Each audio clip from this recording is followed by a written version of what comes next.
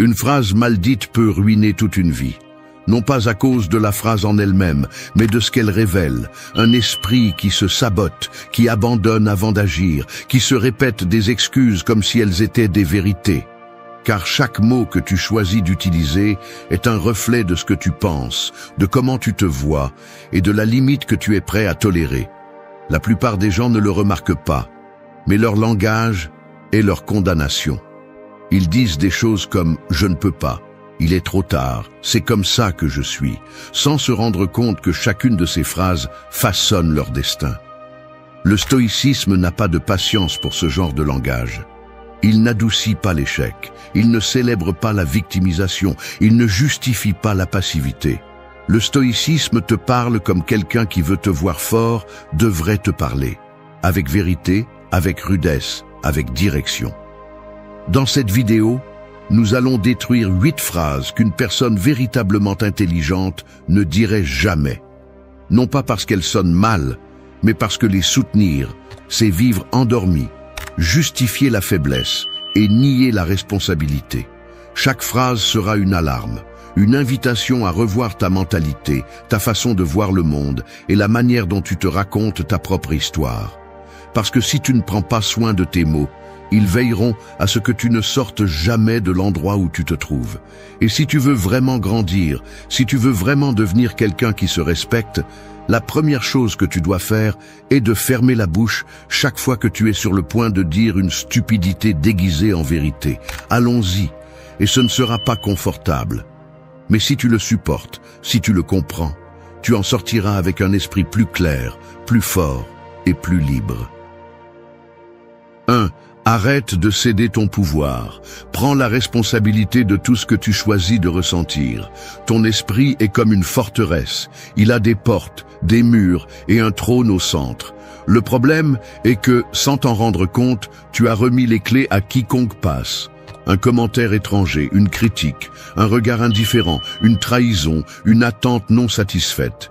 Tous s'assoient sur ton trône, gouvernent ton humeur, dictent ton humeur, ton énergie, ta paix. Et pendant ce temps, tu te comportes comme un serviteur dans ton propre château, te demandant pourquoi tu te sens si vide. Le stoïcisme est clair. Personne ne peut te faire ressentir quoi que ce soit sans ton consentement. Cela semble dur, c'est le cas, mais c'est la seule façon de reprendre le contrôle que tu as passé des années à donner. Chaque fois que tu dis « ils m'ont mis en colère, ils m'ont brisé le cœur, ils m'ont gâché la journée », tu cèdes ton pouvoir. Tu déclares, sans t'en rendre compte, que tu es une marionnette émotionnelle au service de ce que les autres font ou ne font pas. Et non, il ne s'agit pas de nier la douleur, la déception ou la colère, mais de comprendre que ressentir n'est pas la même chose que réagir sans filtre. Tu choisis comment répondre. Tu décides si tu restes lié au poison de ce qui s'est passé ou si tu agis avec vertu et caractère. Personne ne viendra te rendre le contrôle de ta vie. Tu dois te le reprendre toi-même, car c'est toi qui l'as donné. La personne véritablement intelligente ne permet pas que l'externe détermine l'interne.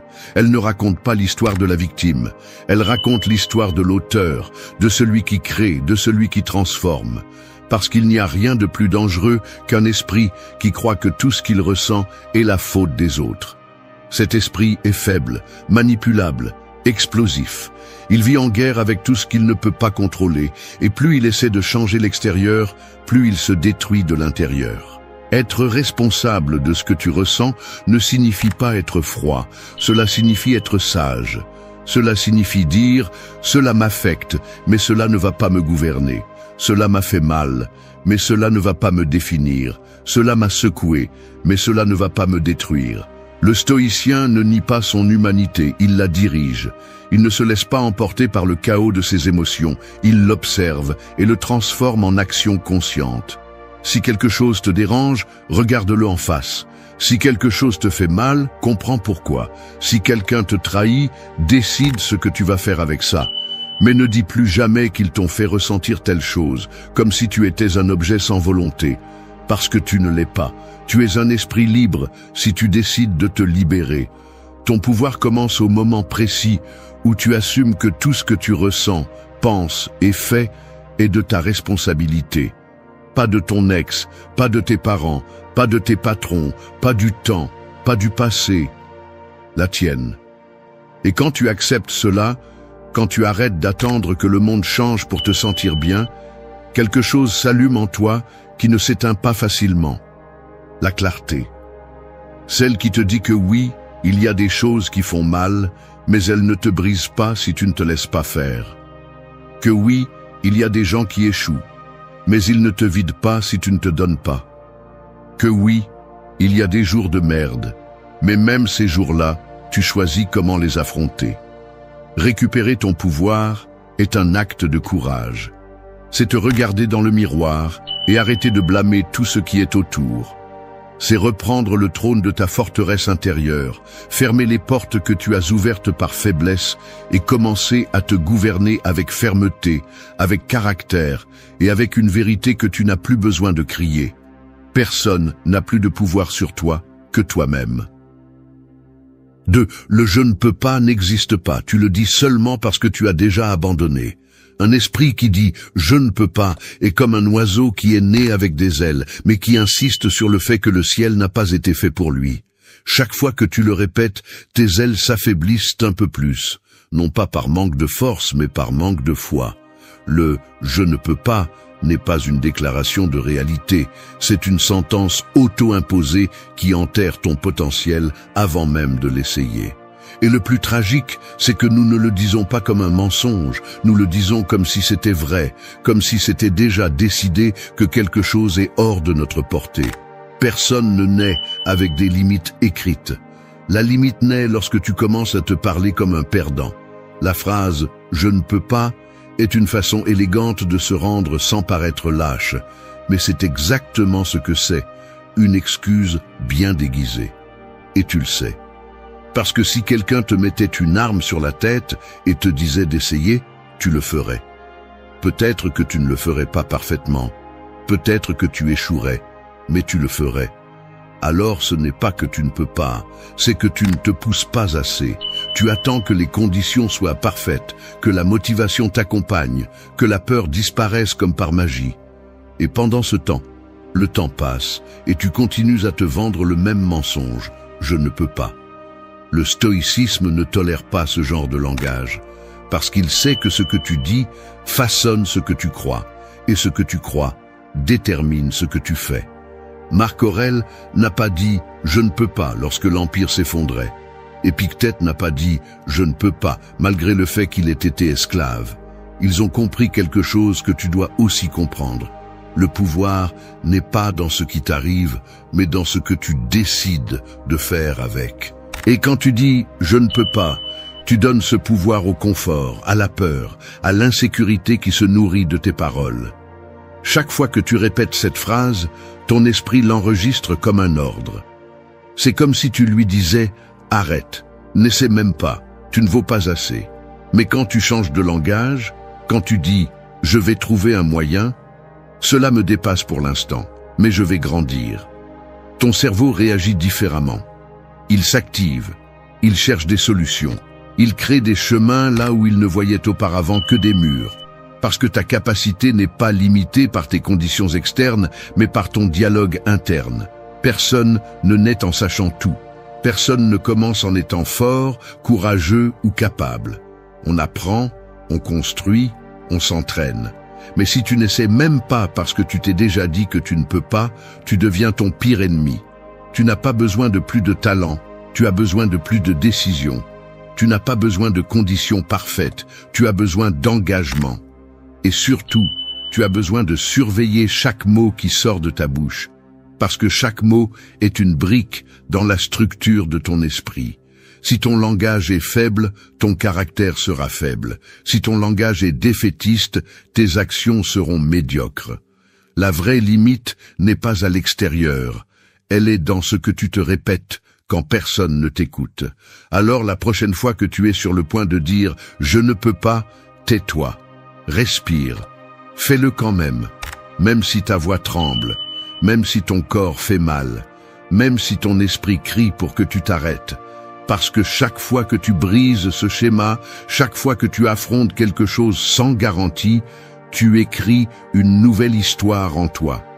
Une histoire dans laquelle tu ne te caches pas derrière la peur, mais tu l'utilises comme moteur pour avancer. Et si tu échoues, ce n'est pas grave. Tu as essayé.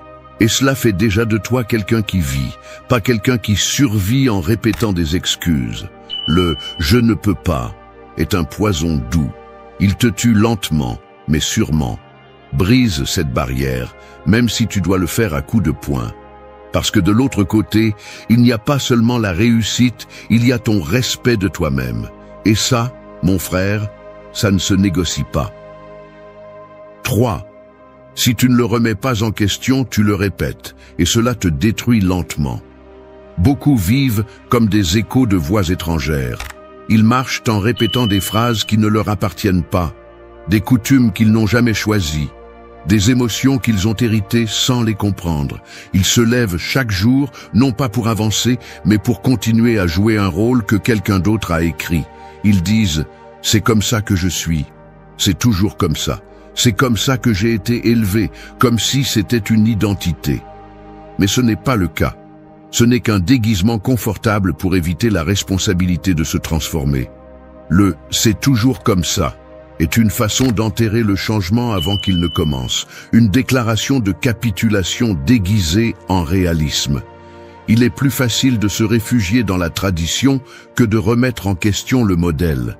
Il est plus facile de continuer à marcher en rond que de briser le sol et de construire un nouveau chemin.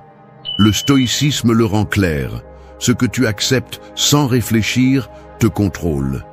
Et si tu ne surveilles pas les idées que tu répètes, tu finiras par vivre une vie conçue par d'autres sans t'en rendre compte. Dire « c'est comme ça que je suis » est comme construire un mur autour de ton esprit.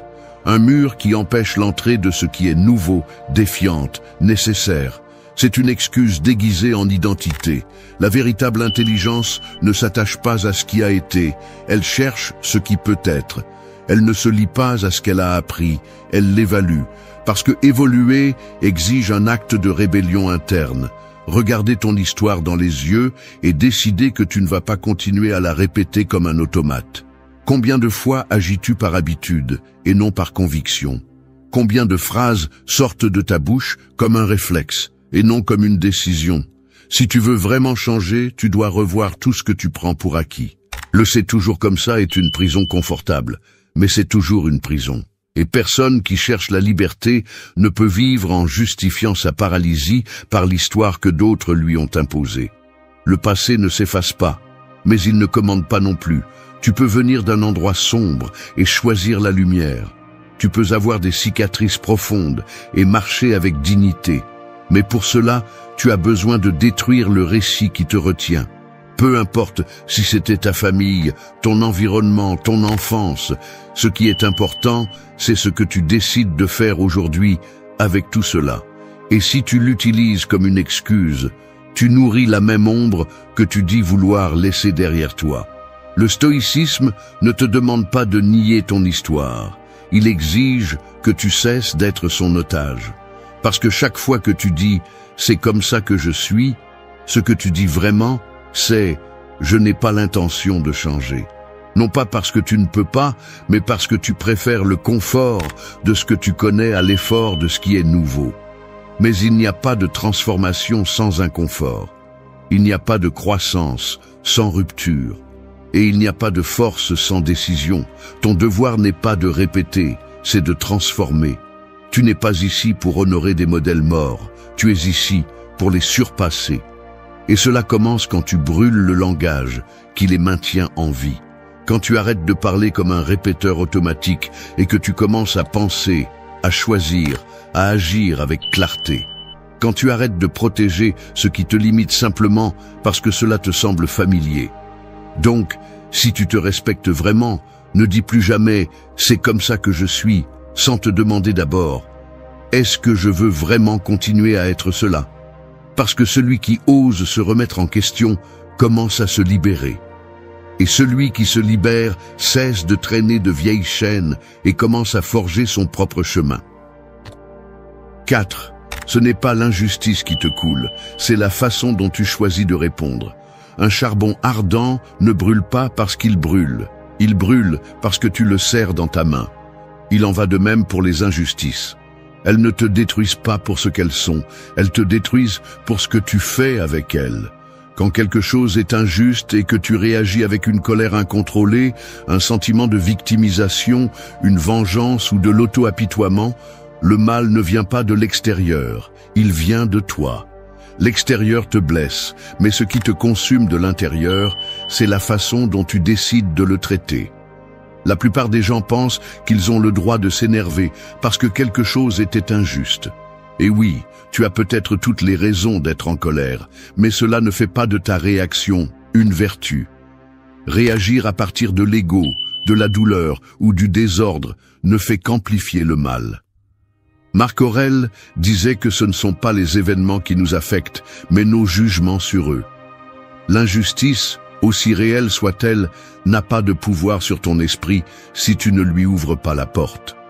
Le véritable danger est de permettre que ta paix dépende de ce qui est juste ou injuste dans le monde. Parce que si tu fais ça, tu seras l'esclave de chaque personne qui ne sait pas te traiter comme tu le mérites. Un esprit stoïcien ne se plie pas à l'injustice, il l'utilise comme un entraînement.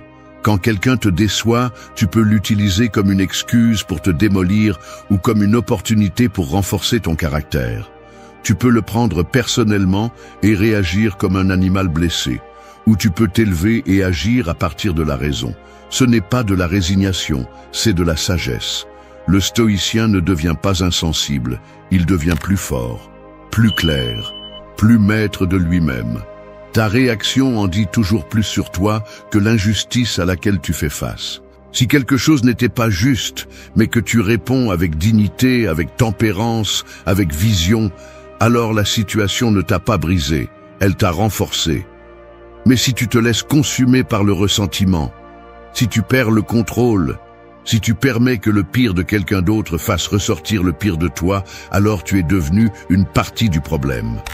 Et ça, même si ça fait mal de l'admettre, c'est ta responsabilité. Il est facile de justifier une mauvaise attitude lorsque l'environnement est hostile. Ce qui est difficile, c'est de maintenir la vertu lorsque personne d'autre ne le fait. Mais c'est là que se mesure la véritable force.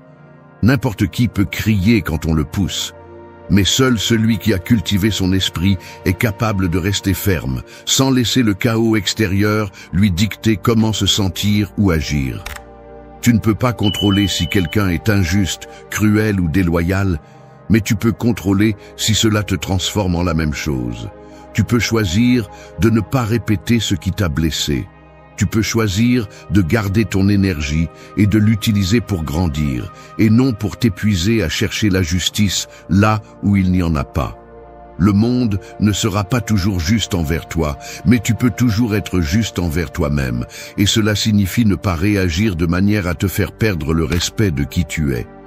Chaque fois que tu fais face à une injustice, pose-toi cette question. Cette réaction m'aide-t-elle ou me coule-t-elle? Si elle te coule, tais-toi. Respire, éloigne-toi, non par lâcheté, mais par stratégie, parce que ton esprit vaut plus qu'une colère passagère, parce que ta dignité n'est pas dans le fait de gagner une dispute ou de rendre un coup, elle est dans le fait de ne pas te rabaisser au niveau de ce qui t'a blessé. Ce n'est pas l'injustice qui te détruit. Ce qui te détruit, c'est de vivre en réagissant sans vertu.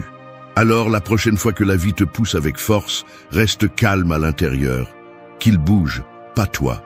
C'est la différence entre un esclave émotionnel et un esprit qui a déjà compris ce qu'est le véritable pouvoir. 5. Ne dis pas que tu n'as pas le temps. Ce que tu ne priorises pas, tu ne le valorises pas. La vérité est que tu as le temps.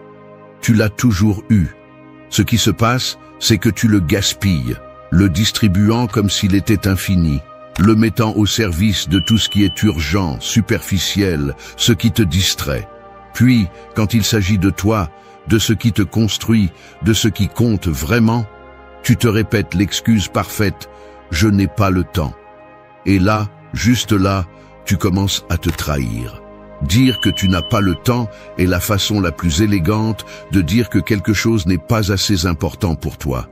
Parce que tu l'as, seulement tu le remplis avec ce qui te donne une gratification rapide, avec ce qui t'évite de penser, avec ce qui t'anesthésie. Du temps pour les réseaux sociaux, pour les ragots, pour te plaindre, pour éviter l'inconfort, il y en a toujours. Mais du temps pour entraîner ton corps, lire quelque chose qui te réveille, t'asseoir pour organiser ton esprit, apprendre à être avec toi sans bruit. Cela tu le remets à plus tard, tu l'oublies, tu le laisses pour plus tard. Et ce plus tard devient une vie qui n'avance pas, qui se répète, qui s'éteint. Le stoïcisme n'accepte pas l'excuse du temps. Parce que si quelque chose est important, on le fait.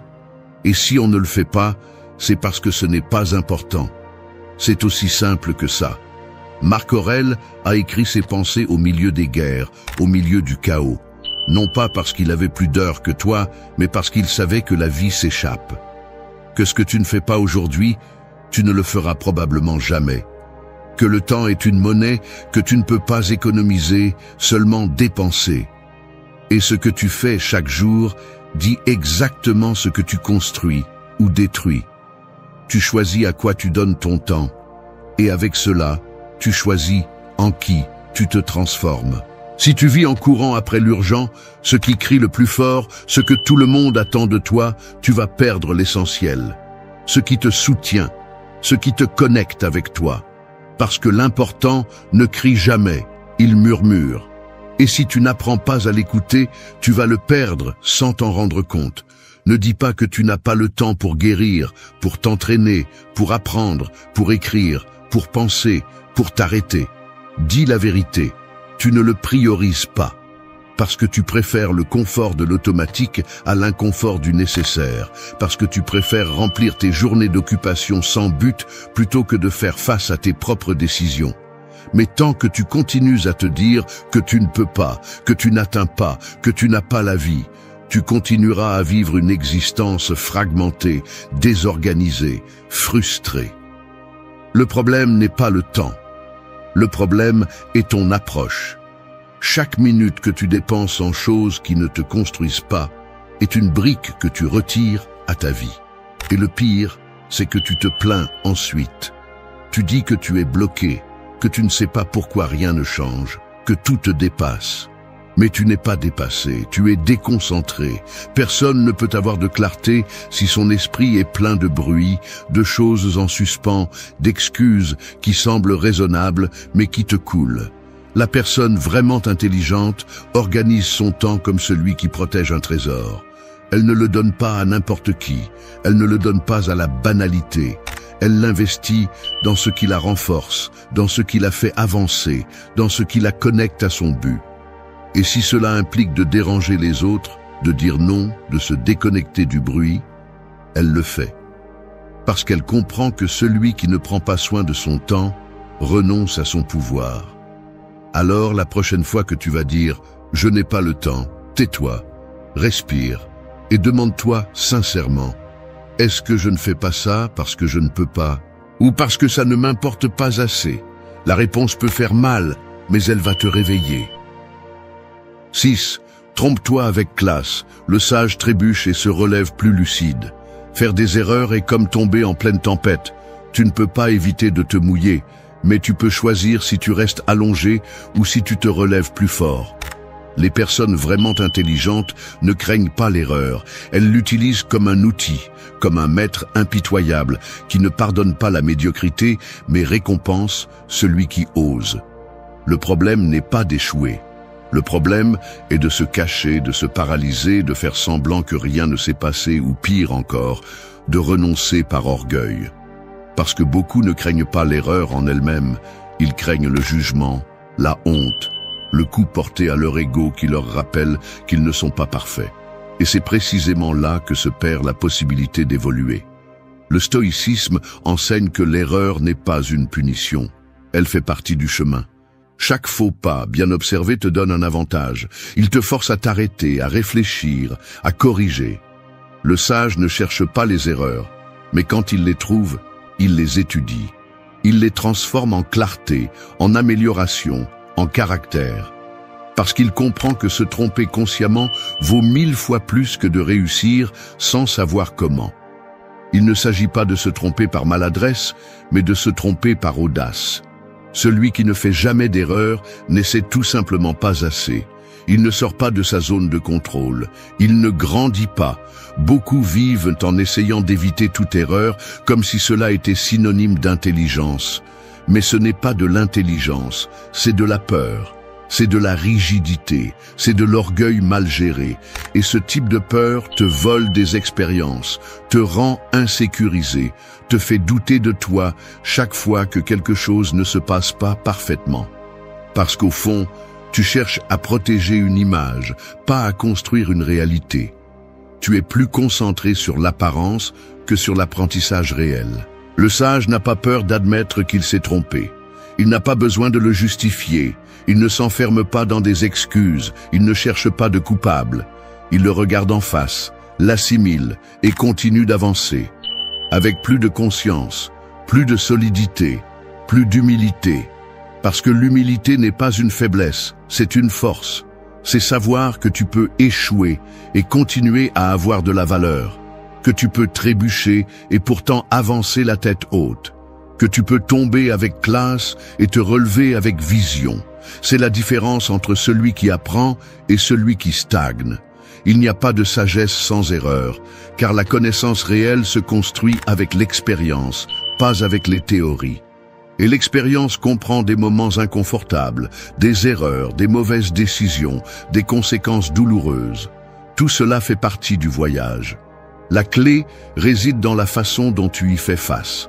Si tu utilises l'erreur pour justifier ta peur, tu t'enterres. Mais si tu l'utilises pour te polir, pour t'élever, alors tu fais ce que font les vrais forts, évoluer sans se perdre. Alors arrête de chercher la perfection. Arrête de t'exiger de ne jamais échouer. Cela ne fait que te remplir d'anxiété, d'insécurité, de paralysie. Apprends à te tromper avec classe. Non pas par négligence, mais par l'audace de quelqu'un qui sait qu'il construit quelque chose de grand. Parce que te tromper ne te retire pas de valeur, cela te la rappelle, cela t'enseigne que tu restes humain, que tu continues à apprendre, que tu as encore beaucoup à découvrir.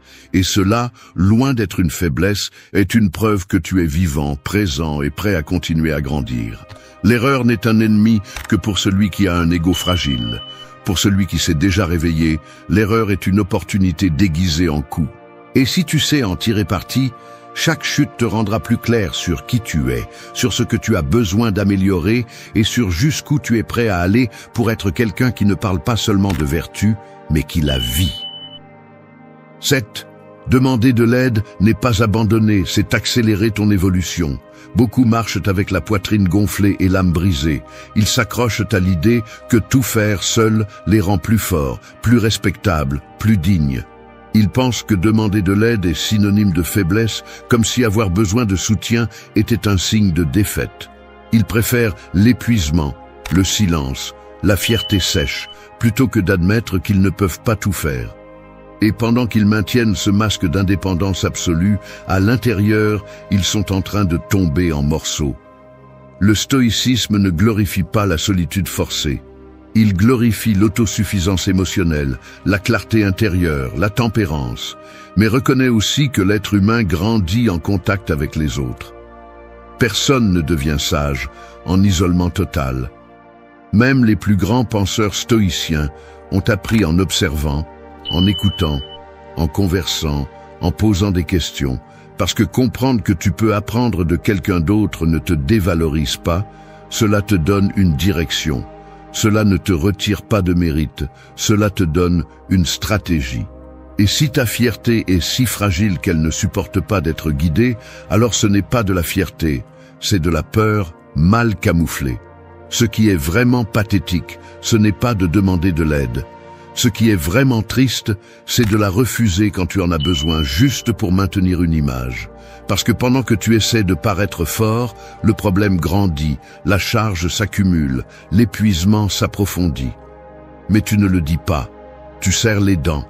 Tu agis comme si tout était sous contrôle. Tu souris alors qu'à l'intérieur tu es en train de tomber. Et chaque jour que tu fais ça, tu sacrifies ton évolution pour maintenir une façade inutile.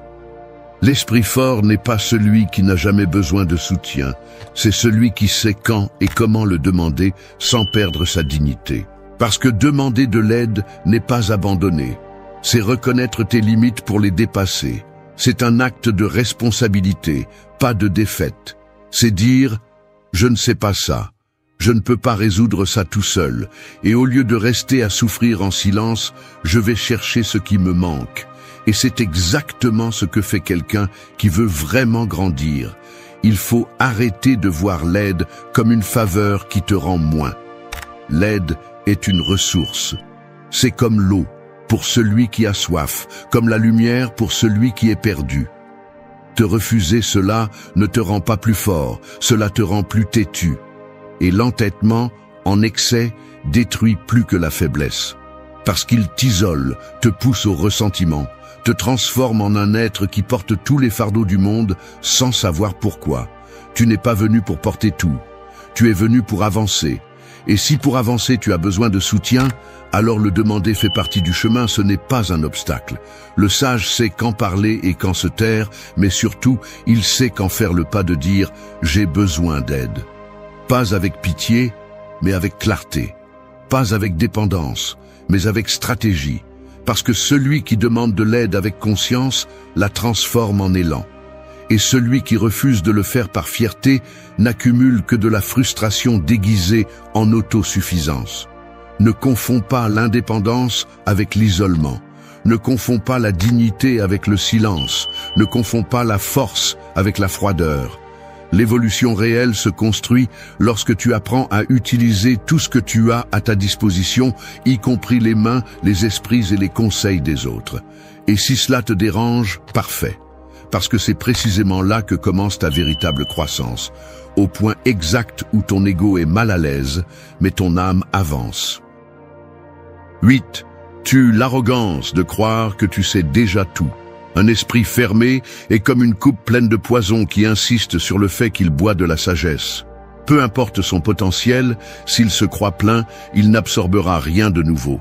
C'est le piège de celui qui se croit intelligent, de celui qui n'écoute pas, de celui qui interrompt, de celui qui méprise la simplicité parce qu'il cherche la complexité juste pour nourrir son ego. Plus tu en sais, plus tu devrais comprendre combien tu en sais peu. Plus tu avances, plus tu devrais réaliser tout ce qui te manque. Mais non, certains, dès qu'ils apprennent un peu, montent sur un piédestal invisible et de là, regardent avec arrogance tout ce qu'ils étaient auparavant.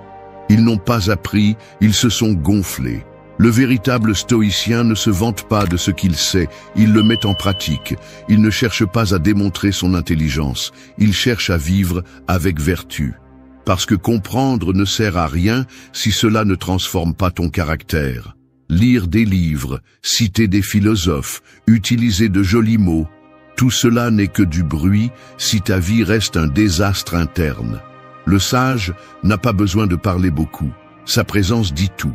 Parce que la véritable connaissance n'a pas besoin de validation. Elle a juste besoin d'action, d'humilité et de cohérence. Croire que tu sais déjà tout est ce qui te fait répéter les erreurs. C'est ce qui t'empêche d'écouter quand quelqu'un te confronte. C'est ce qui te fait justifier tes erreurs au lieu de les corriger. C'est ce qui te rend arrogant au lieu de lucide. Et l'arrogance, bien qu'elle se déguise parfois en confiance, n'est rien d'autre que la peur d'admettre que tu es encore en train d'apprendre. Parce que oui, tu continueras à apprendre jusqu'au dernier jour où tu respireras, où tu cesseras de grandir bien avant de mourir. Le stoïcisme n'a pas besoin de génie, il a besoin de disciples du caractère. Des gens qui se remettent en question, qui se mettent mal à l'aise, qui ne se contentent pas. Parce que celui qui se croit sage cesse d'écouter. Et celui qui cesse d'écouter devient prisonnier de sa propre voix.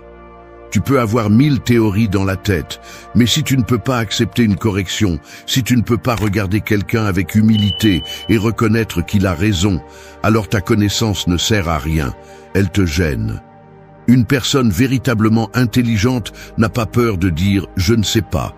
Elle ne se vexe pas quand on lui enseigne. Elle ne résiste pas au changement simplement parce qu'il vient de quelqu'un qu'elle considère comme inférieur. Elle écoute tout le monde, apprend de tout le monde, même du plus maladroit, même de celui qui échoue, même du silence. Parce qu'elle comprend que la croissance n'a pas de hiérarchie, que la vérité peut venir de n'importe quel coin et que la seule chose qui t'empêche de la recevoir est ton ego. Si tu veux évoluer, la première chose que tu dois tuer est l'arrogance, celle qui te fait te sentir supérieur, celle qui t'empêche de regarder à l'intérieur avec honnêteté, celle qui se vexe quand quelque chose défie tes croyances. Tu n'es pas né en sachant, tu ne sais pas tout et tu ne le sauras jamais. Mais tu peux apprendre plus que quiconque si tu gardes la coupe vide, le cœur ouvert et l'esprit prêt. Non pas pour avaler tout sans discernement, mais pour filtrer, assimiler et appliquer avec humilité ce qui compte vraiment. Tue l'arrogance. Non pas avec du mépris envers toi, mais avec du respect pour ce que tu pourrais devenir si tu cesses d'agir comme si tu étais déjà quelqu'un de fini. Tu n'es pas une œuvre finie, tu es un processus vivant. Et ce processus ne progresse que si tu acceptes qu'il te reste encore beaucoup à briser, à construire et à comprendre. On t'a brisé sans même dire au revoir. Ils sont partis en silence, comme si ton histoire ne méritait pas une fin. Et tu es resté là, avec 1000 questions plantées dans la poitrine, repassant chaque moment, cherchant des signes, essayant de comprendre comment quelqu'un peut lâcher si facilement ce que tu tiens encore avec l'âme. Et tu sais quoi? Tu ne trouveras pas de réponse là-bas, parce que le vrai travail commence à l'intérieur. Cette vidéo n'est pas pour te faire sentir mieux avec de jolies paroles, c'est pour te secouer, pour te dire ce que tu as besoin d'entendre, pas ce que tu veux entendre. Parce que si tu en as marre de mendier de l'attention, de te traîner pour des miettes d'affection, de perdre la tête pour quelqu'un qui ne s'est même pas arrêté pour t'expliquer pourquoi, alors c'est ton moment. On va parler sérieusement. Ici, il n'y a pas de place pour le victimisme ou les excuses. Ici, on parle avec philosophie, avec stoïcisme, avec le genre de vérité qui ne caresse pas mais libère. Parce que ce qui te fait mal, ce n'est pas seulement l'absence de l'autre, c'est que tu t'es mis de côté pour quelqu'un qui n'a même pas regardé en arrière. Et ça se termine aujourd'hui. Aujourd'hui, on commence à reprogrammer ton esprit, à te reconstruire à partir de ce que tu peux contrôler, à fermer ce qui est resté ouvert, à répondre depuis ton centre, à te rappeler qui tu étais avant de te perdre. Ce sont 8 leçons, 8 chemins de retour à toi, et chacun te fera un peu mal, mais te rendra aussi quelque chose que tu as oublié, le pouvoir, la dignité, l'amour-propre. Reste jusqu'à la fin, pas pour eux, pour toi, parce que cette fois, tu ne vas pas t'abandonner non plus. 1. Ferme ce que l'autre a laissé ouvert. Certaines personnes ne partent pas, elles restent flottantes dans ton esprit comme des portes mal fermées, frappant avec le vent chaque fois que tu te souviens. Elles ne laissent pas un adieu, seulement du bruit. Elles n'expliquent pas, elles disparaissent simplement. Et toi, pris entre ce qui a été et ce qui n'a pas fini d'être, tu deviens le gardien d'un chapitre que tu n'as pas écrit, mais qui te fait encore mal chaque fois que tu le repasses. Continuer à attendre des réponses est comme garder une bougie allumée au milieu d'un ouragan. Elle ne s'éteint pas seulement, elle te consume. Cette personne qui est partie sans fermer ce qu'elle a ouvert ne reviendra pas avec les mots dont tu as besoin. Elle ne terminera pas la conversation en suspens. Elle ne te donnera pas la paix que tu cherches. Parce que celui qui se soucie vraiment ne laisse pas de portes ouvertes. Et celui qui les laisse te dit sans le dire que la clôture ne l'intéresse plus. Alors c'est à toi de le faire, non par orgueil, mais par amour-propre, parce que continuer à attendre est une autre façon de continuer à saigner. Le stoïcisme le rend clair. Tu ne peux pas contrôler ce que l'autre fait, mais tu peux contrôler comment tu réponds à ce qu'il fait. Tu n'as pas à comprendre son silence, ni à justifier son départ. Tu dois décider ce que tu fais avec ce qu'il t'a laissé. Et si ce qu'il t'a laissé est vide, ferme-le toi-même. Que ta voix et ton cœur ne tremblent pas. Parce que la blessure ne se ferme pas d'elle-même. Elle se ferme avec une décision. Fermer n'est pas nier ce que tu as ressenti. Ce n'est pas faire semblant que ça n'a pas fait mal. C'est accepter que celui qui n'est pas resté ne mérite pas de continuer à te voler de l'espace dans l'esprit. C'est choisir de lâcher ce qui t'ancre à un passé qui ne bouge plus. C'est comprendre que parfois la dignité pèse plus que la nostalgie, et que seul celui qui se respecte est capable de continuer sans s'accrocher. Commence par des actes petits. Efface ce que tu gardes au cas où il reviendrait. Arrête de regarder s'il était connecté. Arrête de repasser ce que tu as dit ou pas dit. Il ne s'agit plus de régler quoi que ce soit avec cette personne. Il s'agit de te réparer toi. Et cela commence lorsque tu arrêtes de tenir l'autre responsable de la douleur que tu choisis de continuer à porter.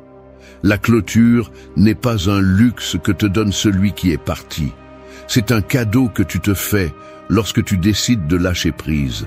Même si tu manques de réponse, même si tu n'as pas de justice, même si tu ne sais pas pourquoi ça s'est terminé ainsi. Tu n'as pas besoin de tout ça pour guérir. Tout ce dont tu as besoin, c'est le courage de dire stop, de regarder en avant, de revenir à toi. Ferme ce que l'autre a laissé ouvert.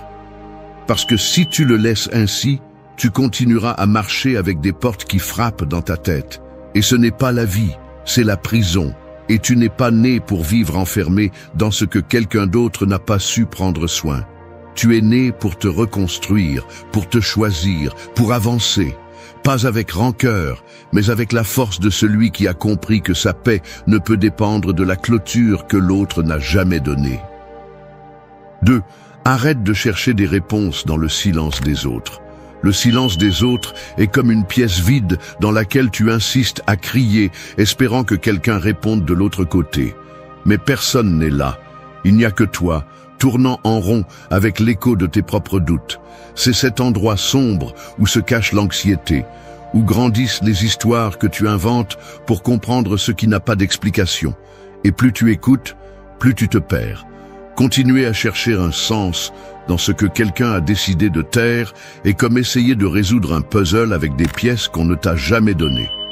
Peu importe combien tu essaies, tu ne le compléteras pas. Et pourtant, tu es là, attendant que cette personne dise quelque chose, qu'elle clarifie, qu'elle revienne, qu'elle se repente. Tu restes coincé dans le jeu d'interpréter les gestes, d'analyser son absence comme si c'était un langage caché que tu comprendras un jour. Mais ce n'est pas le cas. Parfois, le silence n'a pas de message. Parfois, le silence est simplement du désintérêt. Le problème n'est pas que l'autre personne ne te parle pas. Le problème est que tu n'as pas appris à arrêter d'écouter. Parce qu'au fond, tu continues de croire que ce silence a à voir avec toi, que si tu étais suffisant, si tu avais fait quelque chose de différent, si tu avais été plus ou moins que ce que tu étais, alors elle parlerait. Mais ce n'est pas vrai. Le silence de l'autre n'est pas ton miroir. Ce n'est pas une évaluation de ta valeur. C'est simplement sa décision. Et tu ne peux pas continuer à mendier des mots pour valider ton existence. La philosophie stoïcienne enseigne que nous ne devons pas chercher la paix dans ce que nous ne contrôlons pas. Tu ne peux pas contrôler si quelqu'un te parle, si elle t'explique, si elle regarde à nouveau vers où tu es. Mais tu peux contrôler ce que tu fais avec cet espace vide. Tu peux le remplir de souffrance ou tu peux le remplir de pouvoir. Parce que même si cela ne semble pas être le cas, ce silence est une opportunité. Une opportunité pour t'écouter, pour retrouver ta voix, pour arrêter de vivre en fonction de ce que l'autre choisit de taire. Quand tu passes autant de temps à attendre une réponse, tu perds la connexion avec toi-même. Tu arrêtes d'agir pour toi et commences à vivre en fonction de quelqu'un d'autre. Ta journée tourne autour d'une notification. Tes émotions dépendent d'un mot. Et c'est une façon subtile de te perdre. On ne le remarque pas, mais ça fait mal. Et cette douleur devient une routine. Tu t'habitues à attendre. Tu t'habitues à vivre avec l'âme, en pause. Mais tu n'es pas venu dans cette vie pour interpréter les silences.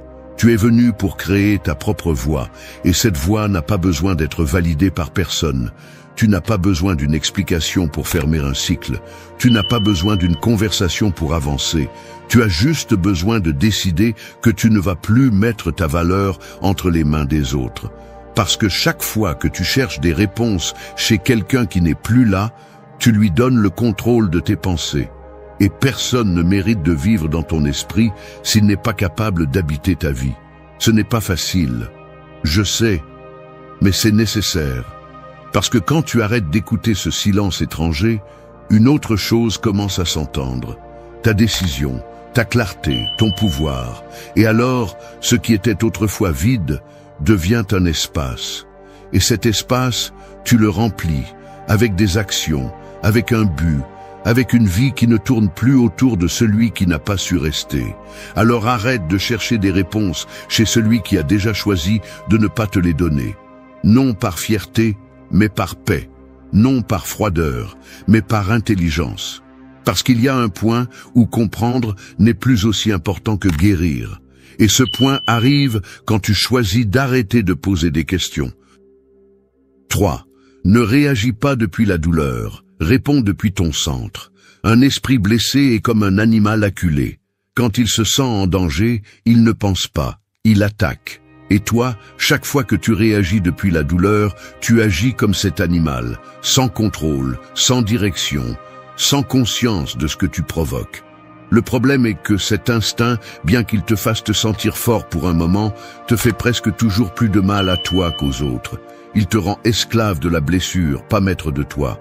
Nous avons tous ressenti ce besoin impulsif de répondre à un message blessant, de chercher un dernier mot, d'exiger des explications, de vouloir que l'autre réalise tout ce qu'il a provoqué. Mais agir depuis cette émotion brute est comme construire sur un tremblement de terre.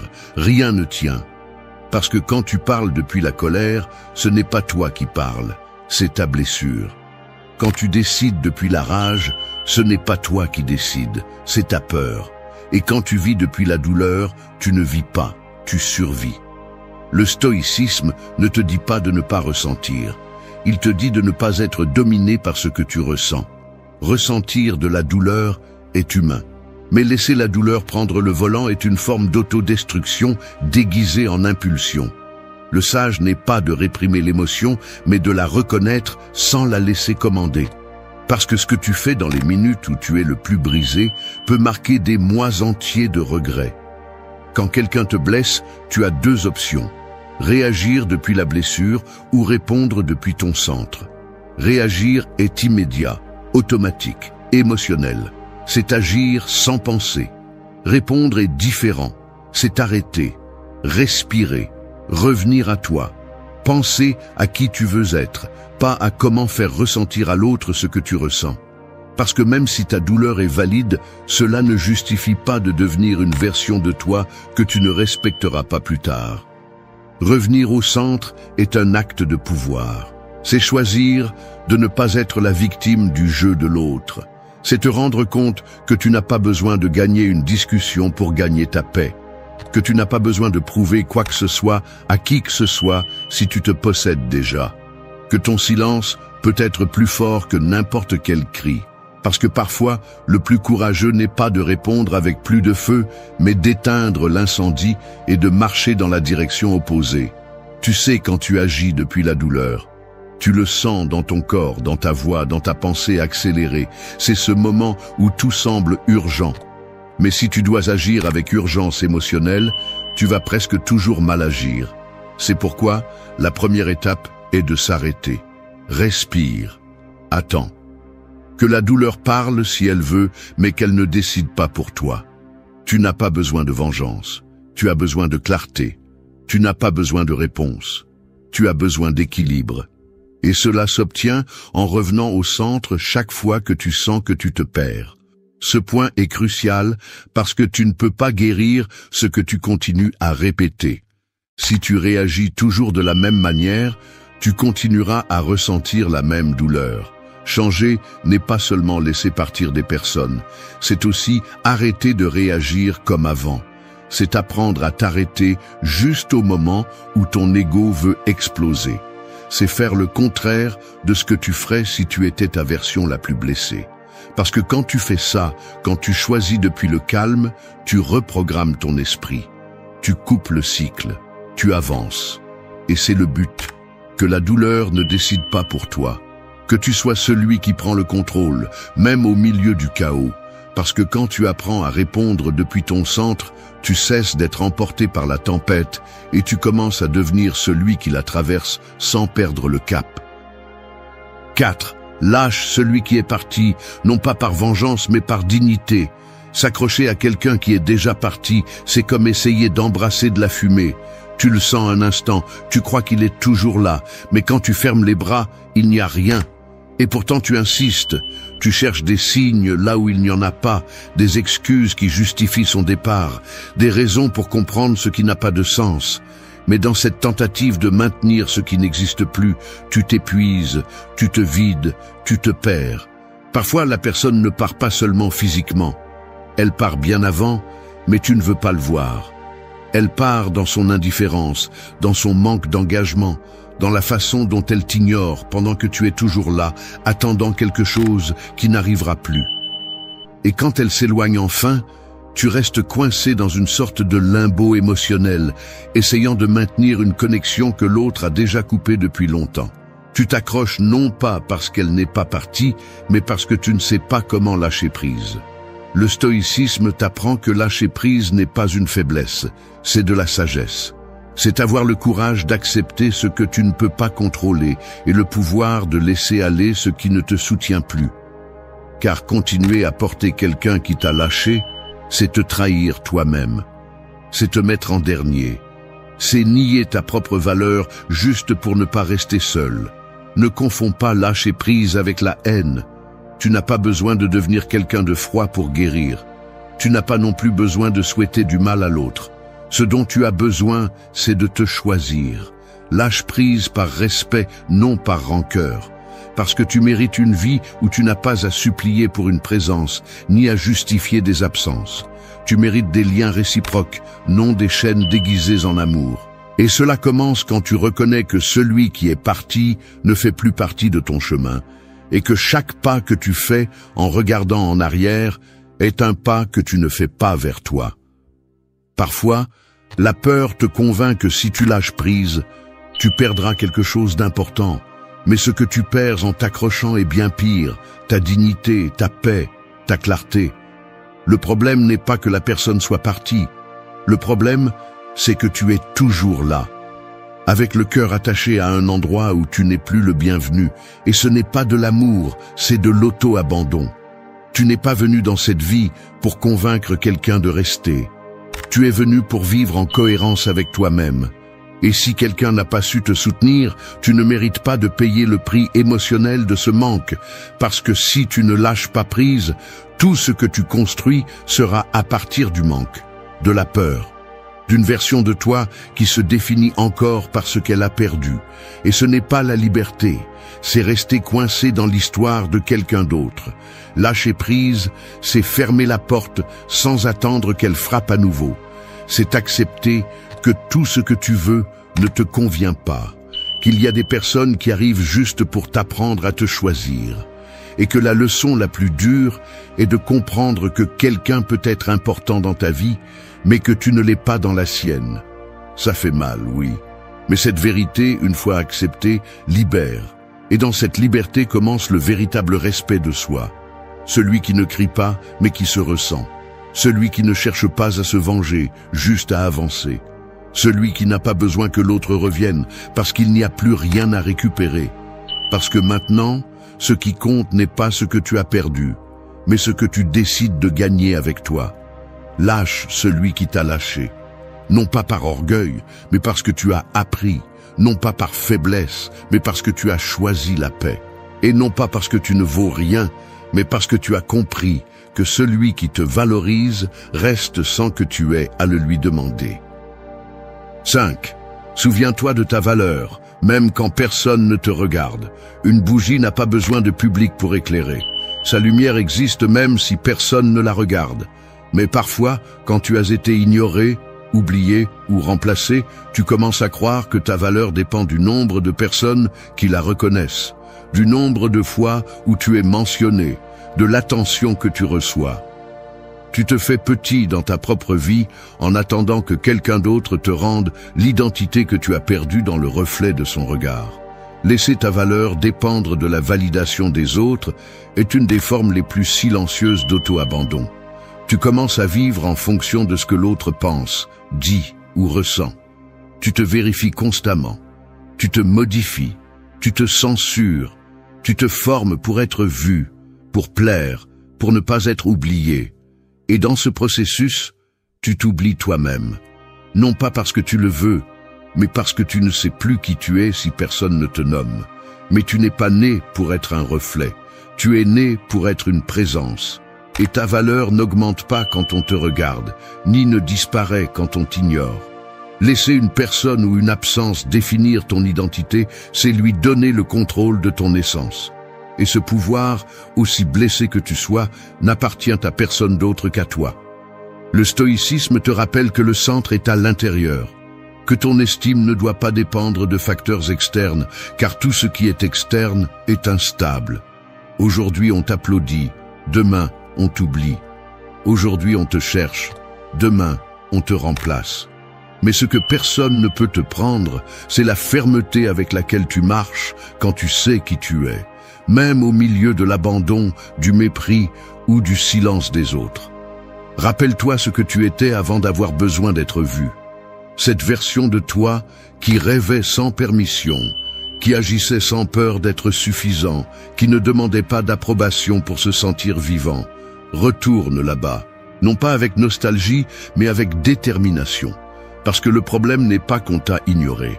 Le problème est que tu as commencé à t'ignorer toi-même pour essayer d'être remarqué. Et c'est cela que tu dois retrouver. Le respect pour toi. La voix qui n'a pas besoin de scène. Le feu intérieur qui ne s'éteint pas parce que quelqu'un n'a pas voulu rester. Celui qui oublie sa valeur à cause d'une absence vit en mendiant des miettes émotionnelles. Mais celui qui se souvient se reconstruit. Il se lève en silence. Il se renforce à chaque pas qu'il fait sans avoir besoin de témoins. Personne ne viendra te rendre ce que tu n'as pas su conserver au milieu de la douleur. C'est toi qui dois te regarder avec d'autres yeux, avec fermeté, avec compassion, avec vérité. C'est toi qui dois recommencer à marcher avec dignité, non pas en attendant qu'on te reconnaisse, mais en te reconnaissant toi-même dans chaque acte, dans chaque parole, dans chaque choix que tu fais à partir de maintenant. Se souvenir de qui tu es est un acte de pouvoir. Et ce souvenir n'a rien à voir avec le passé, mais avec la décision de revenir à toi avec plus de clarté, plus de force, plus d'amour-propre. Parce que si tu ne te vois pas toi-même, tu vivras toujours à la recherche des yeux des autres pour te sentir réel. Et ce n'est pas la vie, c'est une dépendance émotionnelle déguisée en besoin d'amour. Arrête de chercher la validation là où tu n'es plus. Arrête de supplier de l'attention là où tu n'es plus valorisé. Reviens à toi, non pas comme une option, mais comme un choix non négociable. Parce que celui qui se souvient s'élève. Et celui qui s'élève n'a plus besoin d'être vu pour briller. 6. Fais quelque chose pour toi aujourd'hui, même si personne ne le remarque. Une graine ne fait pas de bruit lorsqu'elle perce la terre, mais cela ne signifie pas qu'elle ne grandit pas. C'est ainsi que fonctionne le véritable progrès, silencieux, parfois invisible, mais profondément réel. Le problème est que beaucoup cessent d'avancer parce qu'il n'y a pas d'applaudissements, parce que personne ne les regarde, parce que leurs pas ne reçoivent pas d'attention. Et cette mentalité t'enferme dans une prison invisible où tu ne fais les choses que lorsque quelqu'un d'autre les valide. Si chaque mouvement que tu fais dépend de la reconnaissance de quelqu'un, alors tu n'agis pas pour toi, tu agis pour les yeux des autres. Tu te lèves quand on s'attend à ce que tu le fasses. Tu te donnes du mal quand quelqu'un regarde. Tu souris si on te prête attention. Mais dès que le public disparaît, tu t'effondres. Et ce n'est pas de l'autonomie, c'est de la dépendance émotionnelle déguisée en motivation. Le stoïcisme t'apprend à agir avec un but, pas avec une attente. À te construire à partir de la cohérence, pas à partir du désir d'approbation. Parce que lorsque tu fais quelque chose pour toi, sans chercher de témoin, tu renforces une vérité profonde, que tu comptes, même quand personne ne le dit. Que ta valeur n'augmente pas quand on te voit et ne diminue pas quand on t'ignore. Que tes pas restent valides, même si le monde ne les célèbre pas. Fais quelque chose pour toi aujourd'hui. Ça n'a pas besoin d'être grand. Ça n'a pas besoin d'être visible. Ça peut être de te lever malgré la fatigue. Manger correctement quand tu préférerais abandonner. Écrire tes pensées quand personne ne va les lire. Faire de l'exercice sans le poster sur aucun réseau. Garder le silence quand tu pourrais réagir. Ce sont de petits gestes, oui, mais chacun d'eux est une déclaration. Je suis avec moi, même quand je suis seul. Beaucoup de gens vivent paralysés par la peur de ne pas être vus. Comme si l'effort sans témoin ne comptait pas. Comme si guérir en privé était moins précieux. Comme si tout ce qui n'est pas publié n'avait pas de mérite. Mais la vérité est celle-ci. La chose la plus puissante que tu feras pour toi sera dans l'intimité. Sans filtre, sans like, sans reconnaissance. Juste toi, faisant ce qu'il faut pour devenir qui tu as besoin d'être. Et c'est de la discipline émotionnelle. Faire ce qui est juste, même si personne ne s'y attend. Suivre ton processus, même si personne ne le comprend. Te lever sans faire de bruit. Avancer quand personne ne t'applaudit. Parce que dans ce silence, tu construis quelque chose de plus fort que la validation.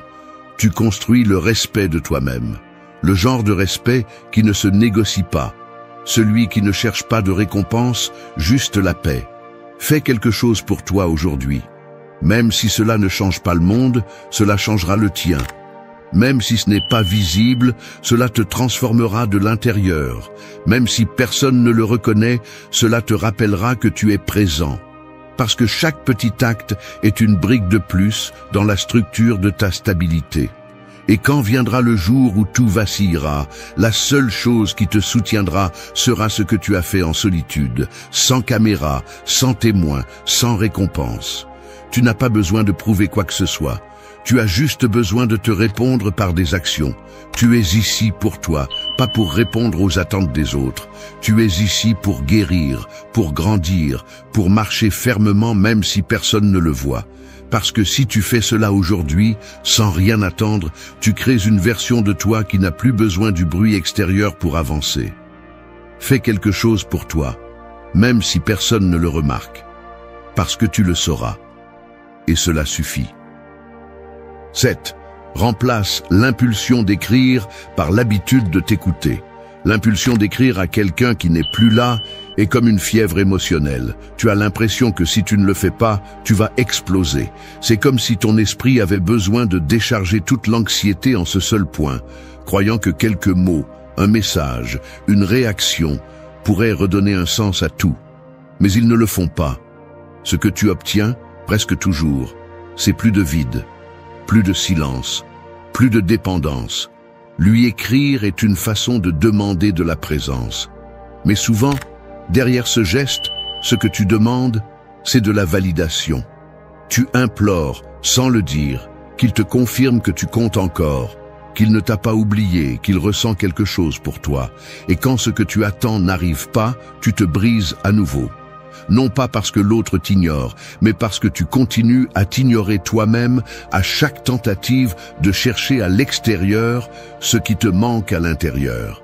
L'anxiété d'écrire n'est qu'un symptôme, un reflet de ta difficulté à être avec toi sans te sentir incomplet. Et c'est là que le vrai travail commence. C'est là que commence la discipline émotionnelle, parce qu'il faut de la force pour résister à l'impulsion. Pour ne pas tomber dans le cycle, pour ne pas permettre que ta stabilité dépende d'une réponse que tu ne sais même pas si elle arrivera.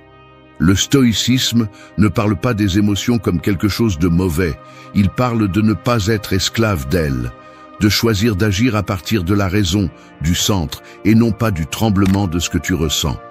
Et cela s'applique ici avec toute sa force. Tu as envie de lui écrire, je comprends, mais ce désir ne te rend pas faible. Ce qui t'affaiblit, c'est de céder encore et encore au même schéma qui te piège et te fatigue. Alors, fais le contraire. Au lieu d'écrire à celui qui ne t'écrit pas, écris-toi. Mets tes pensées sur papier. Écris tout ce que tu lui dirais, mais ne lui envoie pas. Fais-le pour toi, pour te voir, pour t'écouter, pour vider ton esprit sans te remettre entre les mains de celui qui n'a pas su prendre soin de toi. Parce qu'à chaque fois que tu brises ce schéma, tu reprogrammes ton esprit. Tu remplaces une habitude destructrice par une habitude de construction interne. Il ne s'agit pas de répression, mais de direction. Tu n'évites pas de ressentir, tu apprends à le canaliser. Et ce simple geste, transformer un message non envoyé en une page écrite rien que pour toi, est un acte de pouvoir. parce qu'il te rend le contrôle, parce que tu n'attends pas de réponse, parce que tu ne cherches rien à l'extérieur. Tu habites simplement ton émotion, sans qu'elle te domine. Et dans cette habitude se forge une nouvelle version de toi, une qui n'a pas besoin de poursuivre ce qui s'est éloigné, une qui n'implore pas, qui ne se fatigue pas à chaque tentative ratée, une qui, au milieu du vide, se trouve. Parce que t'écrire est un acte d'amour-propre, c'est un rappel silencieux que tu es prêt à t'écouter, même si personne d'autre ne le fait. L'anxiété ne s'éteint pas avec un message envoyé. Elle se calme avec une action consciente. Elle se transforme avec la répétition, avec la pratique, avec la discipline. Et chaque fois que tu choisis de ne pas lui écrire, chaque fois que tu reviens à toi, au lieu d'aller vers celui qui n'est plus là, tu entraînes ton esprit à résister, à se soutenir, à être libre. Remplace cette impulsion par la présence, par une routine, par des mots pour toi, par des projets qui te connectent avec toi-même. Fais de ton besoin d'être entendu un pont vers ta propre compréhension, parce que personne ne va te sauver de cette anxiété si tu n'apprends pas à la contenir toi-même. Et c'est cela, la discipline émotionnelle. Te choisir, en silence, seul, encore et encore. 8. Mon retour commence en silence, mais avec fermeté. Toucher le fond n'est pas toujours une chute. Parfois, c'est un point de départ. Ce moment où, sans le crier, tu comprends que tu ne peux plus continuer de la même manière. Non pas parce que quelqu'un te l'a dit, non pas parce que tout s'est amélioré, mais parce que quelque chose en toi a fait clic. Parce que tu en as eu marre de te traîner, de te taire, de te supplier de te prêter attention et de ne pas te répondre. C'est là que naît cette phrase, non pas comme un beau slogan, mais comme une décision ferme. Aujourd'hui, je reviens à moi. Tu n'as pas besoin que le monde le sache. Il n'est pas nécessaire que les autres te comprennent, parce que ce retour n'est pas un spectacle, c'est un acte privé, intime, comme une cicatrice qui ne saigne plus, mais qui brûle encore. Et pourtant, dans cette brûlure, tu trouves ta force. Dans cette blessure, ton but. Dans ce silence, le pouvoir de te reconstruire sans demander la permission. Le stoïcisme ne cherche pas à ce que tu nies ta douleur, il cherche à ce que tu l'utilises comme carburant, qu'au lieu de te laisser emporter par l'émotion, tu la canalises vers une action consciente. Et il n'y a pas d'action plus puissante que de décider, calmement, que tu ne vas plus vivre pour quelqu'un qui n'est plus là, que tu ne vas plus laisser ton histoire être écrite avec les mots d'un autre.